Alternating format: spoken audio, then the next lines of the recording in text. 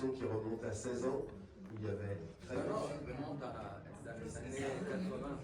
Dans les années 80. Non, 90. C'est d'accord sur la date. C'est parce qu'au début, en fait, on le faisait, on a commencé, on pensait qu'on pouvait faire chaque année, mais malheureusement, on n'avait pas assez de production. Alors, on a commencé à faire chaque 2 ans et on a pris un peu plus de temps. Mais après, quand il est venu les numériques, en fait, ça y est, les productions, c'était plus facile et c'était moins cher. Et les jeunes, ils pouvaient continuer à travailler.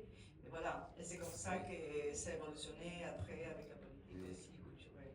Voilà. Et ce que vous avez surtout souligné, c'est qu'effectivement, aujourd'hui, ce que l'on peut découvrir sur les écrans, de par la production péruvienne, c'est le côté multiculturel, multiethnique, ce qui n'était pas le cas à l'époque, puisque c'était essentiellement des réalisateurs de Lima et de la classe moyenne, voire classe supérieure.